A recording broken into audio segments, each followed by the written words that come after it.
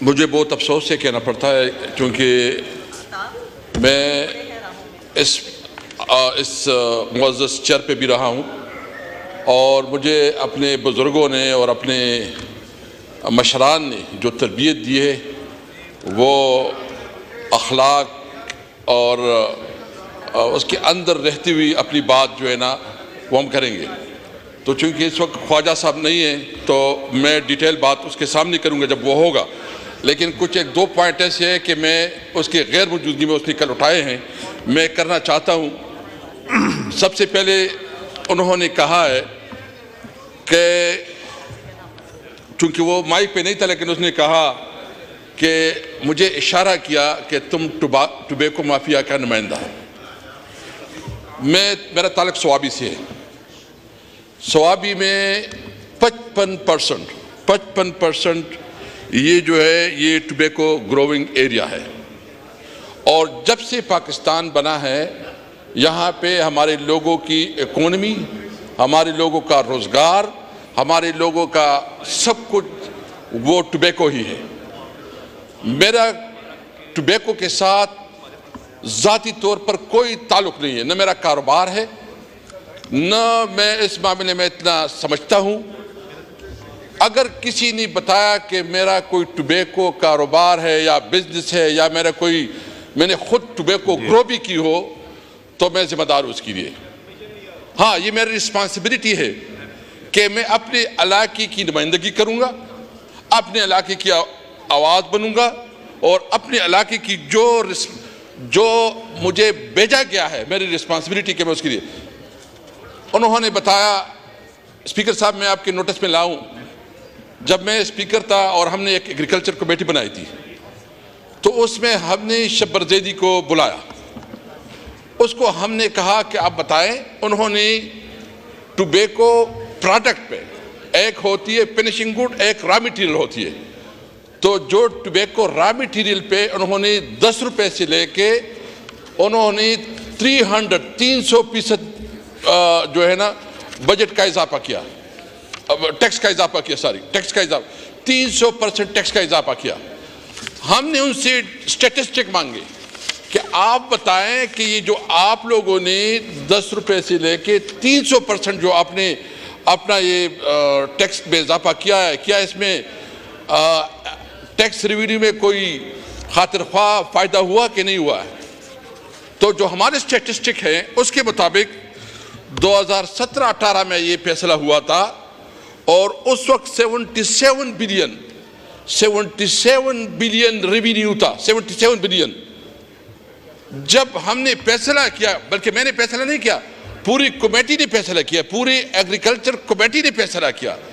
तमाम agriculture committee के फैसले के बाद जो हमने 300 से लेके हमने वो 10 रुपये करवाया तो उसकी जो आमदन थी वो 177 बिलियन से बढ़कर 134 बिलियन तक पहुंच गई। ये FBR की स्टैटिस्टिक है। 77 बिलियन से वो चले गए 134 बिलियन पे और 2023 में वो पहुंचे हैं 160 बिलियन। मैं पूछना चाहता हूं कि क्या जो इस वक्त हमने ये भी मुतालिबा किया, स्पीकर साहब रिकॉर्ड का हिस्सा है, हमारे रिकॉर्ड में होगा, असेंबली के रिकॉर्ड में होगा, उस वक्त हमने मुतालिबा किया कि बजाय आप रॉ मटेरियल पे, आप टुबैको के फसल पे ड्यूटी लगाते हो, आप सिगरेट पे लगाओ। यानी आप सिगरेट पे नहीं लगाते टैक्स और आप रॉ मटेरियल पे आप जो है डायरेक्ट फार्मर को मुतासिर करते हो, फार्मर से इफेक्ट होता है, इसकी इकोनॉमी इससे मुतासिर होती है, उसका चूल्हा उससे जो है मुतासिर होता है। तो हमने मुतालिबा किया कि आप मेहरबानी करें सिगरेट के ऊपर, मैं कैटेगरी अब भी कहता हूं कि सिगरेट के ऊपर आप जितना टैक्स लगा सकते हो लगाओ, लेकिन फार्मर को ना करो। ये मुझे बताए। और स्पीकर साहब मैं आपके नोटिस में भी लाना चाहता हूं, बल्कि जब मैं स्पीकर KP के था मैंने आपको एक रेजोल्यूशन भेजी थी जो हमारे KP सबने ने मुश्तरका और मुत्तफिका करारदाद पास की थी कि टुबैको को एग्रीकल्चर प्रोडक्ट्स कंसिडर किया जाए, क्योंकि ये जो उधर से, और वो आपके पास रिकॉर्ड में पड़ी होगी, लेकिन आपके पास एक शब्बर ज़ैदी ने TV टॉक शो पे बात की और उन्होंने कहा कि स्पीकर साहब बैठे थे और कुछ टोबैको बैकग्राउंड के कोई बिजनेसमैन बैठे थे जो वो थे असेंबली में थे, वो आए थे। और फिर जो है ना उन्होंने उस वक्त तमाम एग्रीकल्चर कमेटी बैठी थी और शब्बर जैदी साहब को मैं ये पूछना चाहता हूँ कि उसका नॉलेज इतना था, जो उसकी अपनी हैसियत थी, वो जब सेनेट कमेटी में पेश हुआ उस वक्त वो पीटीसी का एक रिप्रेजेंटेटिव के तौर पर पेश हुआ था। मैं सिर्फ इसमें किसी कंपनी के खिलाफ बात नहीं करता, लेकिन होता ये कि जो बड़ी बड़ी कंपनियां होती है वो जो है ना अपना इजारादारी कायम करती है, वो छोटी कंपनियों को नहीं छोड़ती। मैं बिल्कुल मुतालिबा करता हूं कि जो चोरी होती है, टैक्स की चोरी होती है, उसके ऊपर बैन भी होनी चाहिए, उसका कला कमा भी होनी चाहिए और उसके खिलाफ इक़दामात भी होनी चाहिए। लेकिन आप किसी तौर पर फार्मर को मुतासर नहीं कर सकते। मेरी रिस्पॉन्सिबिलिटी है, मेरा इलाका है, मेरा हल्का है, मैं अपने लोगों की बात करूंगा। अगर कोई समझता है तो वो उसकी, तो एक तो मैं ये क्लियरिटी करना चाहता था कि उसकी वजह से हमें फायदा। दूसरी बात, स्पीकर साहब देखिए, आप हमारे लिए बहुत मोहतरम है और मेरे तो बड़े भाइयों की तरफ से मैं आपसे, मुझे एक गिला में मुसलसल बात करता हूँ कि ये असम्बली जो है ना, इसकी हुस्न होती है कि जब इसके अंदर डिबेट हो और वो डिबेट पूरी दुनिया सुने। आप यकीन करें, कल जब ख्वाजा साहब तकरीर कर रहे थे तो वो लाइव चल रहा था और जिस वक्त जो है ना हमारा अचकजई साहब उठ गया, आप रिकॉर्ड मांगे, जिस तरह ये उठ गया टक बंद कर दिया। ये पूछ लो कौन करता है। आप इस पे मेरी रिक्वेस्ट है, आपसे रिक्वेस्ट है, आप रूलिंग दे। देखिए, अगर कोई गलत बात करेगा, कोई नामुनासिब लफ्ज बोलेगा तो उसकी अपनी शख्सियत उससे मसा होगी।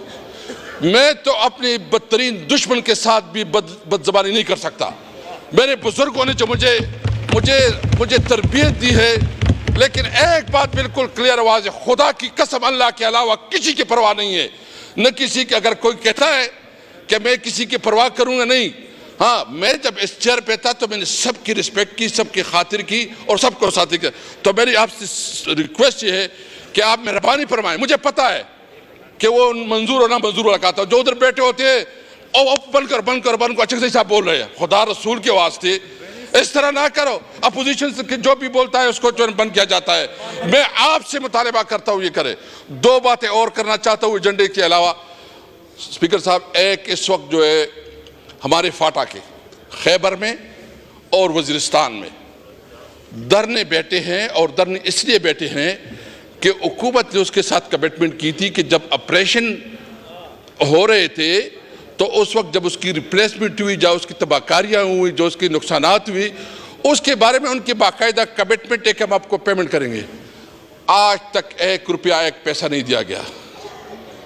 मेरी आपसे इल्तिमास है कि आप एक स्पेशल कमेटी बनाएं, चंद लोगों की, जो उधर फाटा के जो मुतालिका नुमाइंदे उसको भी इसमें रखें, ताकि एक मिनट आप साइड पे हो जाए, साइड पे हो जाओ।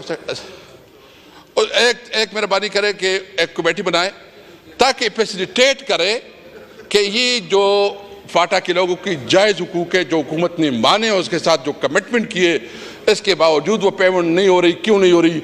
अगर सूबाई हुकूमत नहीं कर रही या वफाकी हुकूमत नहीं कर रही तो एक तो मेहरबानी। दूसरी, मेरी अख्तर मेंगल साहब भी तशरीफ फरमा है और वो बात भी करेंगे। जो बलूचिस्तान में हुआ, मुझे अफसोस इस बात पे है कि बलूचिस्तान में इतनी ज़्यादा सीरियस वाक़यात हुई, इतनी ज़्यादा जो है ना, यानी हमारे फौजी मरे, हमें इस पर अफसोस है। अगर पंजाब के मजदूर मरे, हमें इस पर अफसोस है, हम इसकी मजम्मत करते हैं। लेकिन बलूचिस्तान में जिस तरह हुकूमत हो रही है और जिस तरह बलूचिस्तान में रवैया रखा जा रहा है, यानी उस दिन बात हुई, कोई हुकूमत की तरफ से कोई नुमाइंदा नहीं बोला।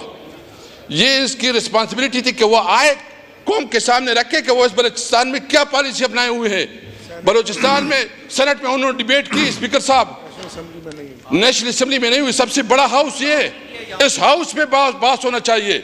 मेरा मुतालिबा ये है कि अख्तर मेंगल साहब आज हैं, उन्होंने रिक्वेस्ट भी की है, आप इसको बात भी करने देंगे। आप हुकूमत की पॉलिसी वाज़ेह करें कि बलूचिस्तान को कैसे हैंडल कर रहे हैं। इनके हाथ से बलूचिस्तान निकला जा रहा है। आज जो है ना, पूरी बलोच की आवाम जो है ना, वो मारंग बलोच के साथ है। एक बेचारी एक खातून, एक बच्ची, और इसके खिलाफ ये प्रोपेगेंडा शुरू किए हुए हैं कि जो मारंग बलोच जो है ना दशदर को सपोर्ट कर रहे हैं। बहुत अफसोस है, खुदारा इस मुल्क के साथ रहम करे। मैं तो देख रहा हूँ कि इस मुल्क में जो ना खाना जंगी की तरफ जा रहा है, मैं तो देख रहा हूँ कि मुल्क अनारकी की तरफ जा रहा है। मेरी उम्मीद है आपसे स्पीकर साहब, आपका चेयर बहुत इंपॉर्टेंट है, इस पे डिबेट करवाएं, इस पे डिस्कशन करवाएं, सोल्यूशन निकलवाएं, ताकि हमारे जो बलोच भाई हैं, जो हमारे फाटा के भाई हैं, इनको एहसास हो के पार्लियामेंट में उसकी बात सुनी जा रही है। जी, मिनिस्टर फॉर पार्लियामेंट्री अफेयर ये देख लीजिए। अच्छा जी, आइटम नंबर 3 आ जाए, बिजनेस लेने